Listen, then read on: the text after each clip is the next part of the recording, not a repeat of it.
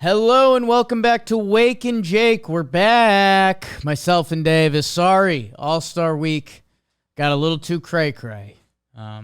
Probably put that in our bankroll for next year. Maybe pre-record something with maybe a Jolly Oliver, Foolish Bailey, who I think you may be seeing both those guys soon. Exciting couple weeks of baseball.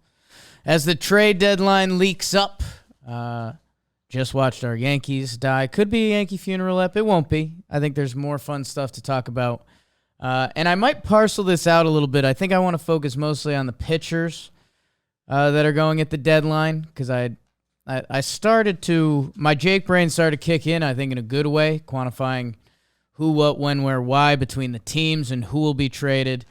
And it's that time of year. All-Star game was good. We had fun. The Derby was cool. On a personal level, would have been cooler to be in the outfield again. Limited outfield tickets. Although we had one ticket out there. I went out there for a little bit by myself, scared, alone. The ball's coming in is pretty exciting. Can be daunting too. I mean, Julio's 41 home runs out there. Hands free. We had a good time. We had two houses out there. There were some voices that said that me and BBD were not in the cool house. I think there was an argument for that. Architecturally. That's fine. Seattle, TBD. I do have a little bit of New York snob kicking in that anytime, the past couple times I've gone to a city, I'm like, oh, well, it's just a different beast. It's not New York City. It's not blocks of buildings. It's not all that. And we did a lot of work stuff that didn't. And compared to New York, no city's a city. Yeah. Ha. Take that. Snob. Singapore. They don't got mosquitoes there. Every local I talked to was like, did you notice that? Like that? I did like that because I do hate mosquitoes. I have the warm, juicy blood. I get crushed by bugs. Whenever there's a bug situation, I get destroyed more than everyone else. Not a conversation. My brother's got that. Yeah. Oh, it stinks. It stinks, dude. When I put it together that I'm in a buggy spot and I don't have bug spray, it ruins my next week. I'll be scratching and itching. Anyway, Seattle's very hilly. I was told that. Didn't kind of realize it. But, yeah, there's some spots that it's like, whoa, don't walk down that hill. Or up that hill, excuse me. And we had fun. We got off to kind of a slow, chaotic start. We had a lot to record as we got into it between some of our partners and just our regular content, talking Yanks, baseball today, everything. Then that second day, once we got to the Derby, things really kicked into gear. We did a live event. Awesome. Thank you to everyone that came out. A lot of bakers were there. That was fun. And always a great way to end it because it's a good vibe. Chilling with baseball people, couple beers. And then we went by a slow-pitch softball game. In hindsight, we watched a lot of that game. Pretty kooky gentleman, a little older, aggressive. Jake Sr. Got thrown off being a little too aggressive on the bases. He was just electric. Putting on a show. At least one person on their team, big talking baseball fan. She said hi. Whoops. So, yeah, excited, kind of the generic line when someone travels for work. Excited to go back to Seattle again and do it right. I think it's one of those cities, and this is coming from a guy that lived in Denver, that one of the perks of being in that city is being able to get away and go on the water and go on the mountain hikes and do nature stuff. The city itself obviously has city stuff, but one of the bigger perks is being around other things. So, and any city that has, like, houses in it always blows my mind. Like, in it. Like, you could live in a house in Seattle, and, like, you live in Seattle. Like, New York City, you can't really do that. Even, like, Boston, like, you can't really do that, and those are the two cities I grew up in the most. Like, in Queens, sure, there's some houses and stuff, but right, you're making the distinction that, I live in Queens. So. Let's talk pitchers at the trade deadline, and it is brought to you by the DraftKings Sportsbook app. That is where you put in code BAKERS, okay? New customers can bet just $5 and score $150 in bonus bets instantly at the DraftKings Sportsbook. Undefeated second half in my parlays. Gambling problem? Call 1-800-GAMBLER. In New York, call 877-8-HOPE-NY or text HOPE-NY. In West Virginia, visit www.1800gambler.net in partnership with Hollywood Casino at Charlestown Races. All games regulated by West Virginia Lottery. Please play responsibly. In Connecticut, help is available for gambling problem. Call 888-789-7777. Visit ccpg.org. On behalf of Boot Hill Casino and Resort, Kansas, 21 plus in most eligible states, but ages vary by jurisdiction. See draftkings.com/sportsbook for details and state-specific gambling problem resources. Bonus bets expire 7 days after issuance. Eligibility and deposit restrictions apply. Terms at sportsbook.draftkings.com/baseball terms. All right. I want to do a quick walkthrough of the teams, and then I will do a quick walkthrough of the players. Bing, bang, bongo. AL East. Let's go worst to first so I can start with my Yankees. The Yankees may trade for a pitcher. If they do, it will be someone of little to no value. And we'll get into the names in a minute, but think about everything that's circling in Yankee land. They're not going to trade for one of the top arms. I know Yankee fans want them to trade for someone with multiple years, but I don't see that happening. Would be a depth move. It would be a depth move, and it would almost have to be someone that's welcome to being a swingman if necessary, because in theory, the Yankees could have Severino, or they currently have, I shouldn't have started with Severino, sheesh. Cole, Rodon, Nestor, Herman, Severino, Schmidt. That's 6 right there. Frankie Montas just had an update. Not going to necessarily buy into that. They also had debuts of kids this year. Randy Vasquez and Johnny Brito that, they were actually nice in their kind of bit performances. That the Yankees have so much offensive problems that if they trade for pitching, it's probably because there's pitching going out in the form of a Clark Schmidt or maybe Domingo Herman or something like that, or one of the kids. But yeah, their needs are so offensive that it's tough for me to see them going for a starting pitching, if not trading away. The Boston Red Sox, I think they're in play. They have the same record as the Yankees, so tied at the bottom. Would I be a little surprised if they go pure rental? Yes. I see them in play for pitching, but I don't know. Pure rental just feels weird where they're currently positioned, a game and a half out. It wouldn't be a big price tag. IMO. Toronto Blue Jays, they have their 5 right now. And Ryu is rehabbing. That I know they've been rumored for some starting pitching stuff. I don't really have them as a big player. I think something would really have to work out because there was just a rumor that Stroman was linked to them, and Stroman obviously pitched in Toronto, and every team needs pitching. I'm not going to do that broken record game. But you would have to kick out one of Gossman, no, Manoah, Barrios, Bassett, Kikuchi to the bullpen if you trade for someone. And you'd have to kick another one out if Ryu comes back, or I guess Ryu could be your swing guy. But I don't have the Blue Jays as a major player for starting pitching as of now. I think they're kind of, Gossman, Barrios, Bassett. And if Manoah's figured it out, which he's been kind of good since he's come back, I don't really have them as a player. So I'm going to kick them out of the rumor mill for now. Rays, they don't care. If they do, it'll probably be something ugly that we don't even care about. They've got McClanahan coming back this week. They're the Rays. It'll be some guy that isn't really on your radar, and they will turn him into a stud, and that is the Rays. And they're good. They're good. The Orioles, mark them down. They're kind of my kingpin of the operation. I think the Orioles control the script for starting pitching at this deadline. So let's come back to them for now. Luckily, the East was kind of a lot of conversation because the Central is not. The Guardians were going to be rumored to be trading Bieber. He just had a forearm thing pop up and went to the IL. I don't see that trade happening anymore. The update, I think, put it back on the table. I think it said he'd be back in 2 weeks, but so that is after the deadline. I don't know. I mean, it's not off the menu, but it's no longer the day before one. the deadline, trading for a pitcher with forearm issues. I've seen that go wrong. After what we've just seen with Frankie Montas, I've seen that. I'm going to say that's out. I don't see them acquiring pitching. They're Cleveland. They're odd ducks. Twins, their starting pitching's been awesome.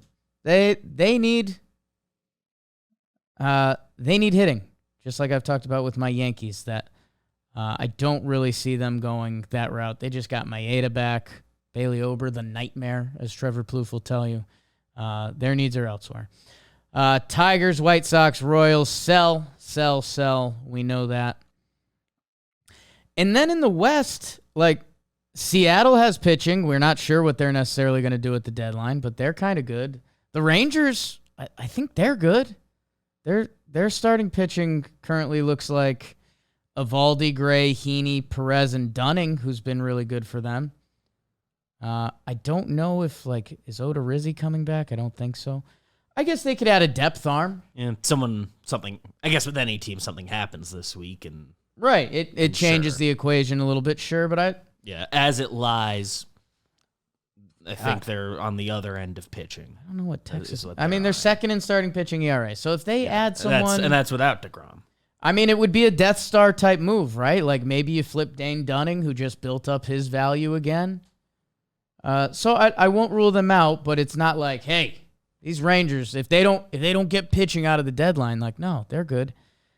Astros, I mean, it seems like they pull starting pitching out of their butt, but I could see them getting a pitcher. Hunter Brown has to be on a pitch count this year. Javier hasn't been up to expectations. Fangraphs likes him a little bit. Framber's been incredible. He's in the running for the Cy Young. And then it's Bielak and JP France. Luis Garcia out for the year. I think McCullers got ruled out for the year. Mm-hmm. And Urquidy's been out for a while. Okay, so they're more in play for a starting pitcher than I thought. I kind of raised them. Yeah, and they're a little bit always looking to Death Star their rotation. So okay, so Astros are very much in play. Halos, I don't know. They could be selling. They could be buying. I'm going to more or less rule them out for now. So in the American League, starting pitching-wise, Orioles, yes. Astros, I'll put down as a yes, which I didn't have that as locked up. And then everybody else is kind of, let's see. We'd love to have some pitching, but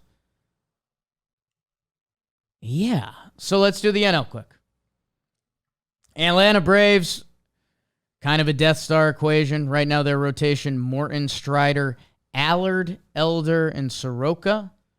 Could they add starting pitching? Yes. I know Max Fried is going to come back. I could see them adding a starting pitcher. They've been doing a dance a little bit.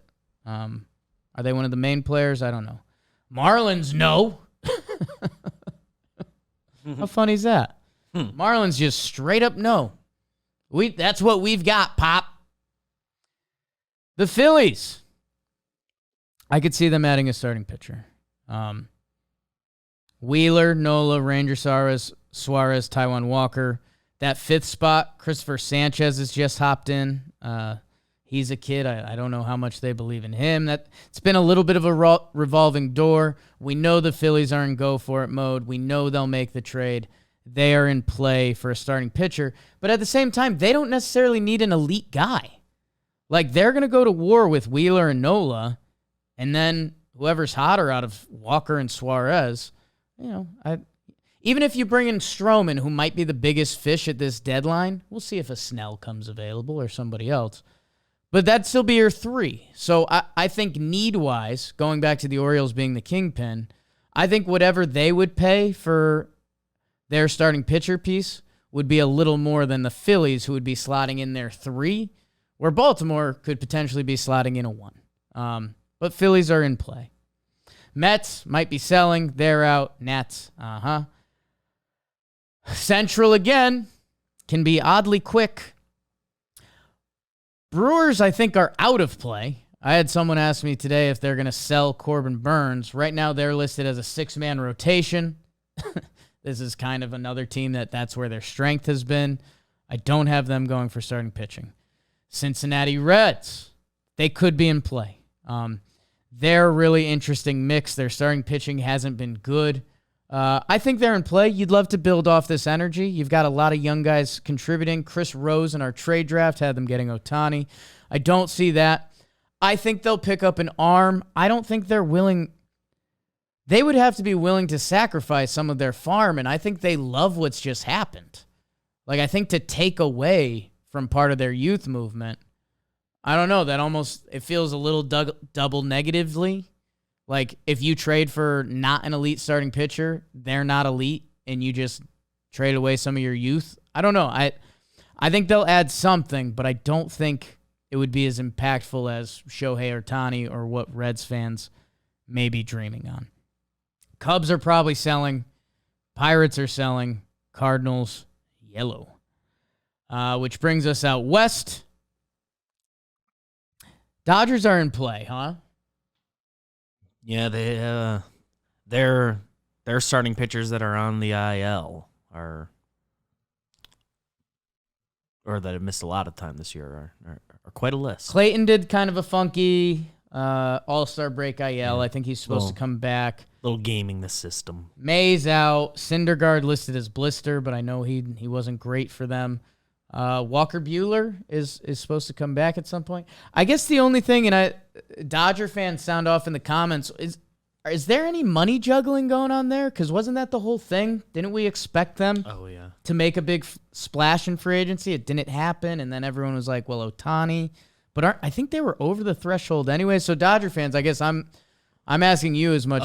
Because wasn't it like right after the Miggy Rowe trade that like put them over? So so now that you're over that like last threshold. So unless there's some Dodgers funny business, I don't know. I mean, they have kids throwing the ball right now. Bobby Miller, Emmett Sheehan, Michael Grove. They've got more kids on the way.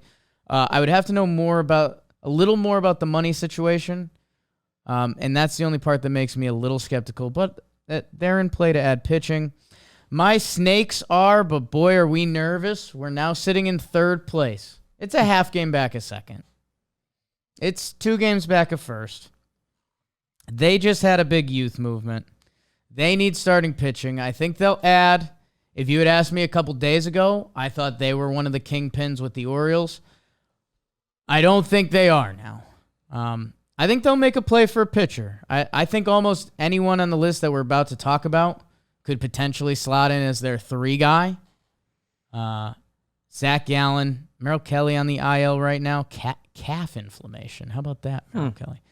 But right now, the rest of their rotation, after Zach Gallen, it's Tommy Henry, Zach Davies, and Ryan Nelson. So I think the Snakes will add. You've built up so much momentum. You have a lot of young pieces. I think you have more in your minor leagues. You can make a move that won't be sacrificing your future. And bring in a guy that can help. And I guess I would circle them as every team wants to bring in a guy that's more than a rental.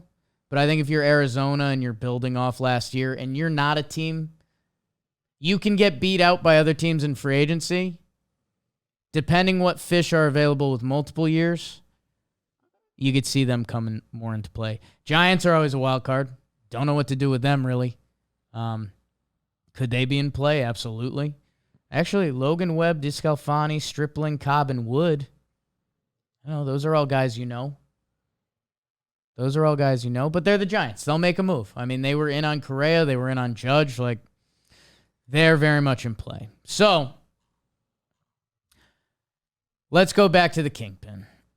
The Baltimore Orioles. I think they get to call the shots. They have crazy minor league depth. They have called up guys to the major leagues. They have crazy major league depth now. That they kind of get to call their shot. And I think they'll be able to get whoever they want. They're currently 1 game back of Tampa. All the oozing and ozzing we've done about Tampa and, are the Braves and the Rays in a class of their own? Is anyone up there? The Baltimore Orioles are 1 game back on July 16th. With a starting pitching that is now listed Kyle Gibson, Kyle Bradish, Kyle's. Grayson Rodriguez is supposed to get called up again. That's exciting. Tyler Wells and Dean Kramer. Now, all of those guys outside of Grayson have actually been really solid. Really solid. But I think with Grayson, his first cup of tea didn't go perfectly. And sometimes in October, the name recognition matters. And with the new playoff format, if the Orioles do end up in a wild card and it's Gibson, Bradish, Wells,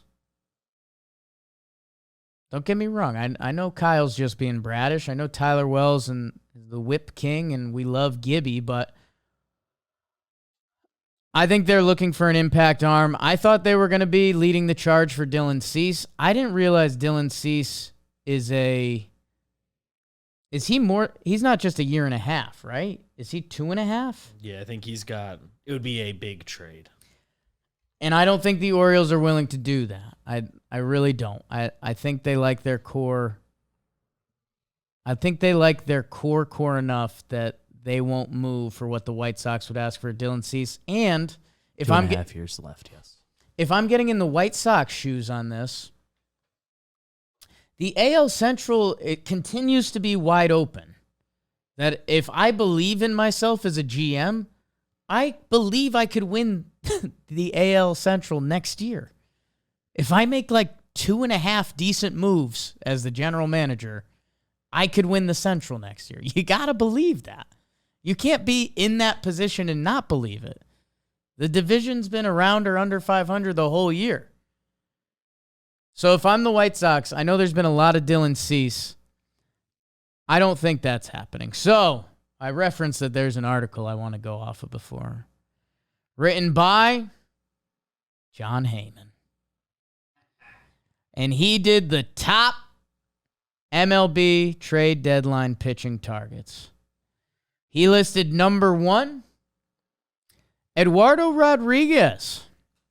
Eduardo Rodriguez of your Detroit Tigers. 13 starts this year, a 2.7 ERA. Probably would have been the Tigers All-Star representative, but he went on the IL. And he's 30 years old.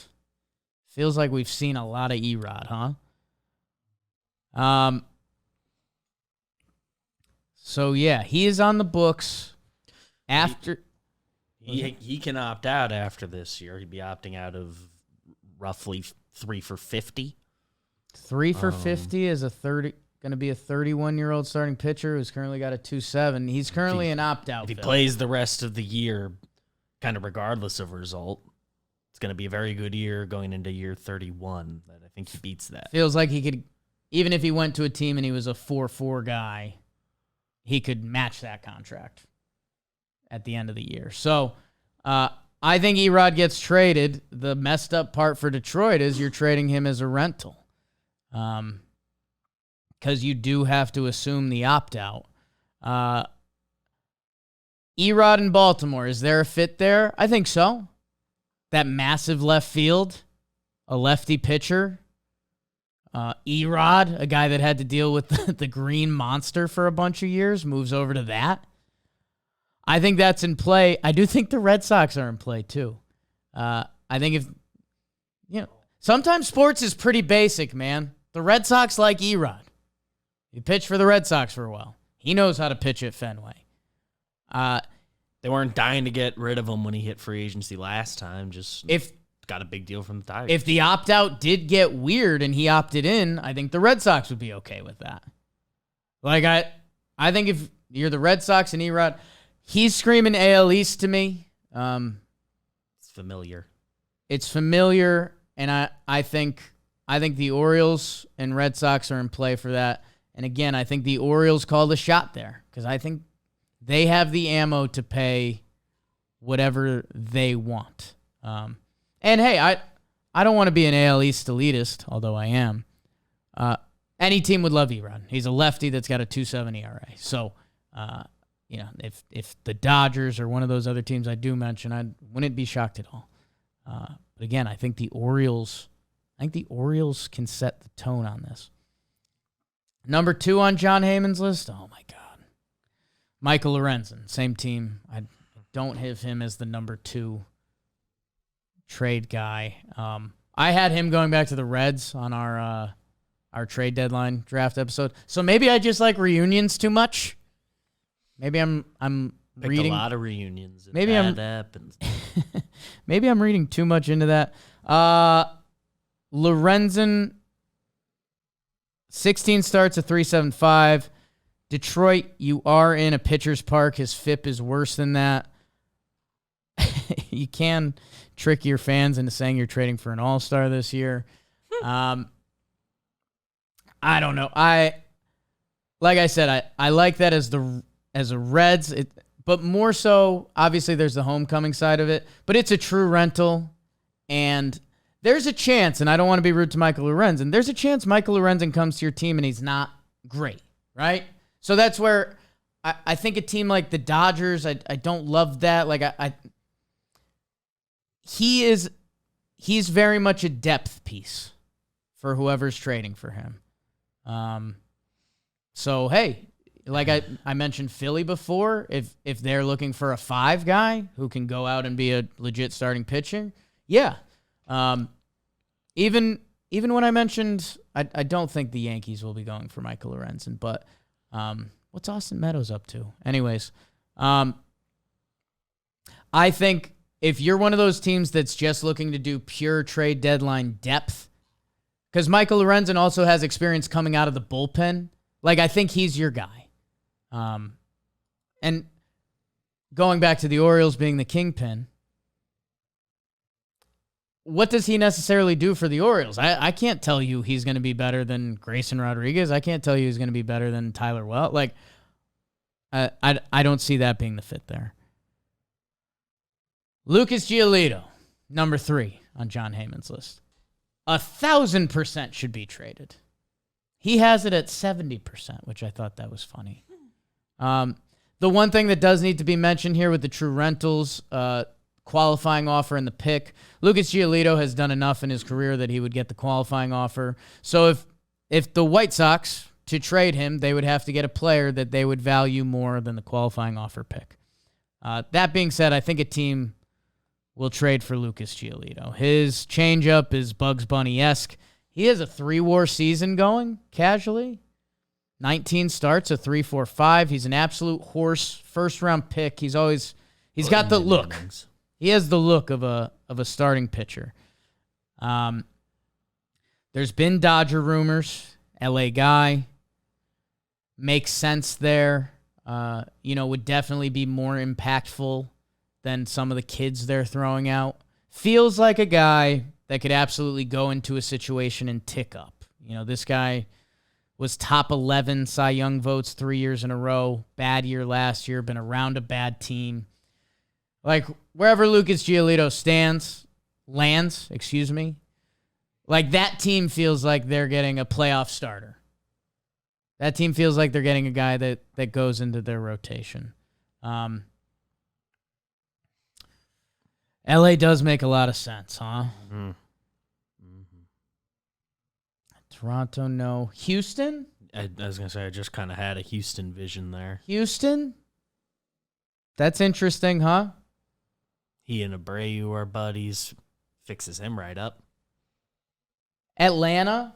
Just kind of a, why not? We can. Oh, and Lucas would like that. We can. Max Fried. We could get that whole storyline going. Why doesn't Atlanta trade for Fried, for Giolito and Flaherty? Bring all the boys. Get the press going. And maybe I'm wrong, and maybe this is too soon because my Diamondbacks are in an L4 right now. Like, I don't see that. I don't know. Is that being obtuse? Because they could obviously use him. Any team could use Lucas Giolito. That's the game. But pure rental for that, like Arizona, right now just doesn't click in my head. Giving up that kind of prospect for 2 months of Giolito, I don't know.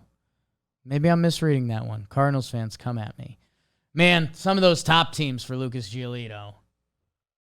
There's just a lot of other teams that seem like a great fit for him. Yeah, if you're the Dodgers or Houston, you're almost penciling him into a playoff starter. Same with Atlanta. Jack Flaherty listed next on the list, as we mentioned those what's their high school? I was going to say Southlake. Harvard Westlake. Harvard Westlake, excuse me.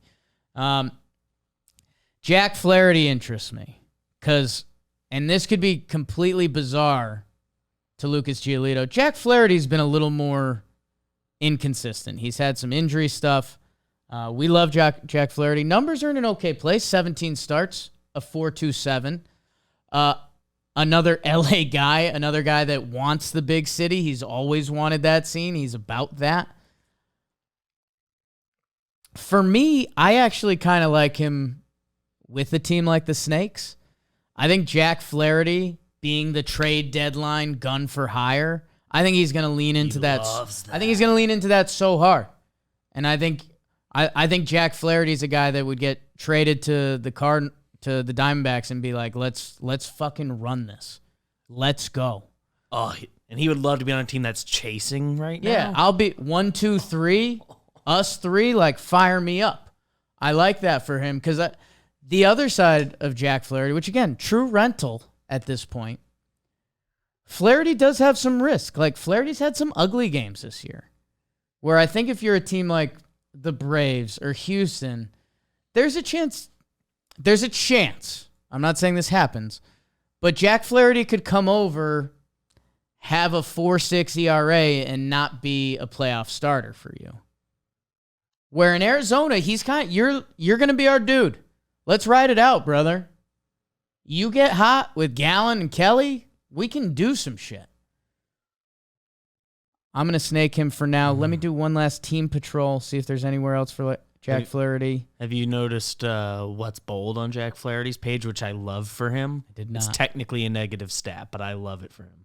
He's hit the most batters in the NL. Good for you, Jack. He's been wild this year. Some of his walk I would games, guess a lot of those are in like the couple bad games. And of course, like, he has had injury stuff. Quick scan, quick double check scan for Flaherty. Giants, not really. Is he a Phillies team? They jumped out because for them, it's like we have a badass rotation now. We have 5 guys, and Flaherty could earn a playoff start. I like the Snakes or Philly for him. That's good for Jack Flaherty. How about that? He wants to wear those pinstripes. He wants to get paid like a guy in pinstripes. Likes red. I don't know. I don't know if I see that happening. Dark Knight. Jordan Montgomery is really interesting. Again, another Jack Flaherty right now would be borderline for the qualifying offer. His past 2 years, he's been ERA in the 4s. Jack would get excited to take that and bet on himself. Right. Oh. So if you're... Without a doubt. Yeah. But... Well, if you trade him, you can't give it to him. Anyway. Monty, I don't know. Monty's been pretty good for the Cardinals. He got traded last year. The Cardinals starts to get tricky for me because you can't... It's the other thing with all these starting pitching trade rumors. You can't trade everyone. Like, if you're the White Sox, you can't trade Lance Lynn, Giolito, and Cease. Because then you have nobody to pitch. Somebody literally has to pitch games for you. You just destroyed your team. That's kind of what ruled Cease out for me. Like, the other two are such obvious trades. I think you can do Cease this winter. Giolito and Lynn, you can get some value, and for one of those guys, you're at least getting a starting pitcher back, if not for both of them. Cease is like a whole thing that I just kind of ruled that out, which I was kind of brewing in my head, but I don't know. And for the Cardinals, it's the same thing. Like, I don't know if Monty has kind of felt like a Cardinals guy. It feels like a great spot for him. Jack Flaherty kind of wants the big city. He wants a coast. He's about that. Monty is kind of about St. Louis. And he's been one of the few guys that performed this year that I would not be surprised if they keep him in down qualifying offer. And that might give them the advantage bidding-wise. because other teams may not want to give up that pick that I don't know. I see a guy you give up the pick for, then I don't know. I don't see Monty leaving town. Maybe I'm wrong on that. Monty can also fit in anywhere. He pitched for the Yankees for a while. Like he's like an ultimate lefty rotation stabilizer type piece over the course of a season. Whatever team wants to plug and play him. I mean, he's one of the highest release points in baseball. The weird teams love that shit. Dodgers, Rays. Like I know they were out of the equation, but man, wouldn't that be something? I've seen him have a good playoff start or two. Right. Shane Bieber is currently out for me. Number 6 on Heyman's list. James Paxton, currently out for me. I think the Red Sox are going to go for it. They might. And after what happened to him this weekend, it wouldn't be a trade for assets. Know who Boston plays next? Oakland A's. Okay. They're not trading. Like, Boston's in it. Marcus Stroman. Again, maybe the most valuable pitcher at the deadline. He has an opt-out that he will be tapping into. So it's a true rental, but he's been phenomenal. So basically, best available pitcher on the market. Although Erod's got more of an argument than I thought. Both with opt-outs. That's funny. The opt-out's going to become so much more sexy. Because if you do it right, you've won. If you're a player, there's no reason you wouldn't want it. Except Nolan Arenado staying with St. Louis the winning way. Kind of a disaster. Stroman's fun, man. Stroman's fun. Where's he going to go? Yeah. Dodgers? He kinda, wants that. I mean, every team we've said he can fit. He's the number 1. He like actually fits sort of everywhere. He's not scared of the big stage. If you need him to be your 1 in a game, like he'll do yeoman's work. If you need him to be your 3, that's awesome. He's cool sitting atop. He's cool helping a team chase down first place. He's that's I know I've said it. I know I've said it multiple times now, but this is where Baltimore's in control. Because if they decide they want Stroman, if they decide they want Erod, they have the assets. They have the assets to go above other teams. IMO. So I don't know. Is Stroman their guy? Let's get Stroman stats for you real quick. Marcus Stroman, 2.88 ERA in 20 starts, 3.3 WAR. What Marcus Stroman is great at, the best in the National League, not allowing home runs. 0.5 homer per 9. Does that speak to the people at Camden? Could. Really well could. My sicko thought that I don't know, and maybe I'm contradicting myself from earlier, because this is still a rental, so you're not paying for 2.5 years of Dylan Cease that I don't think's happening. He's the guy I'd go for if I was the Cincinnati Reds. You're going to give something up, but you get a guy that could potentially be your 1. Like, I think Giolito can kick into gear for a big city. I still don't think you'd want him to be your 1 heading into a playoff series. Him as a bonus piece in your rotation is a lot more exciting. It's a lot more exciting. Which you can say about anybody, sure, but Marcus Stroman's been a 2.88 this year. He's a career 3.55. I think you can even butter knife that better for recent years. Since 2019, he's been a 3.16 ERA. Like, think about all the energy and what's going on in Cincinnati. Ellie De La Cruz and the Viking helmet and all that. Marcus Stroman for 2 months. Interested in what they're asking. He's the guy, if I'm Cincinnati and I'm actually doing this, like, let's fuck around and find out. We're going to get Hunter Green back. Maybe we get Lodolo back. Who knows if Ashcraft or Abbott or one of those guys figures it out for the rest of the season. If I'm doing that chart, the fuck around and find out, and I'm Cincy, I go get Stroh. But I still think it would mean more to the Baltimore Orioles, who are, guaranteed a playoff spot. Like, Cincinnati's still not guaranteed anything. I think Milwaukee's 2 games up on them now. Like, did they already burn their brightest? I don't know. If you get a nice piece at the deadline, I think that'd be pretty impactful. Second wind. If I'm Cincinnati, I think that all makes sense. You play in a bandbox. The guy keeps it in the park.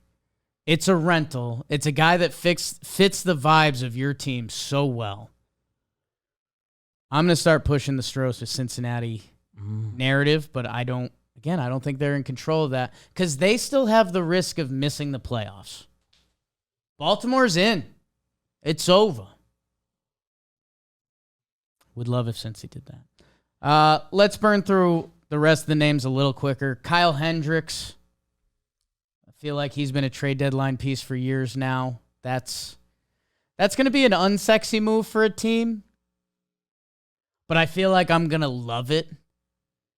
All the landing spots we bounced around on, like Kyle Hendricks is that 5th guy for the Phillies. Like, I'll bet on him. If Kyle Hendricks is just in there to go for my D-backs, I'm kind of about it, right? Like the old kind of ace fighting for rings in the desert. 1 year older than Marcus Stroman, by the way. Crazy. Baseball ages, man. Insane. Lance Lynn has a horrible ERA, but that's a little deceptive. He's been punching tickets. He's going to be a fun one. I just fell in love with him to the Phillies. I think that would be electric.